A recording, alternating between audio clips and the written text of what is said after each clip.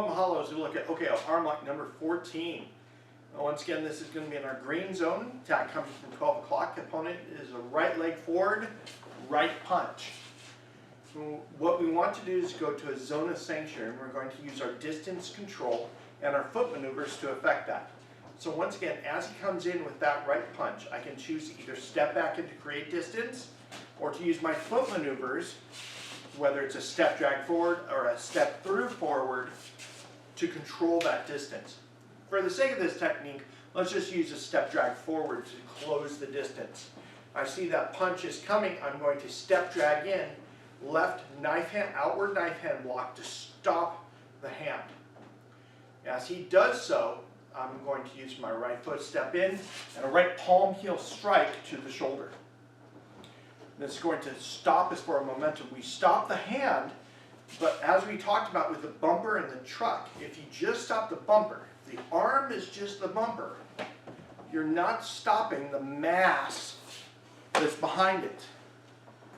So we need to stop the mass, and that palm heel strike to the radial head of the shoulder is going to shock the opponent and stop their forward momentum.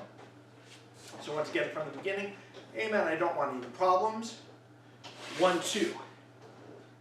I can choose either step drag with it or to step with it. As I've struck the shoulder, let me grab this stick. Here's my opponent's arm. Left outward knife hand, grab, step in, palm strike to that shoulder. I'm going to contour down his arm. I'm going to use his arm as a guide. I can close my eyes and find it. I'm going to rake my knuckles against his bicep and then strike the radial head, the radial nerve right here below the elbow, using a nerve strike. I can then either shape of the crane hook, or I can flipper dolphin tail around his arm to affect the takedown. What we're going to do is we're going to use a throw. Now I need to use my foot maneuvers to, number one, get my hips underneath his and to be able to rotate to take him down. So once I've struck, I'm going to quickly, after striking, in this particular case, I'm going to use an in-place stance change.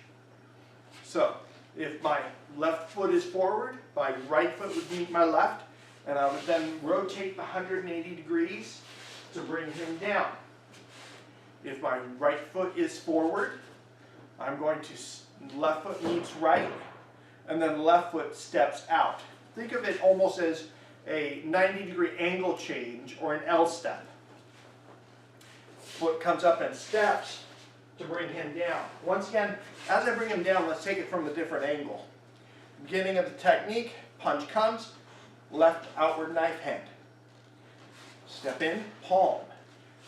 Contour, strike that radial head.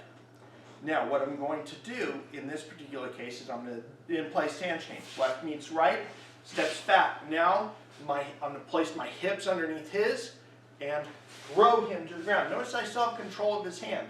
I can bring his arm across my thigh, creating 3 points of contact, and to continue either striking the arm, or I can reach my arm across and lock it up, or if I really want to not be nice, I can bring my right foot up into his armpit and use my shin as the third point of contact and to separate the shoulder socket. A lot of different fun on this. Once again, once you have control of him, you can stay there. You can follow up with striking, or you can control release his arm, cross, cover out, and on guard. So what are some of the lessons, concepts, and principles in this one? So we go to a zone of sanctuary, an area within our opponent's purview in which we have the opportunity to respond to the weapon the safest. We have a backup mass.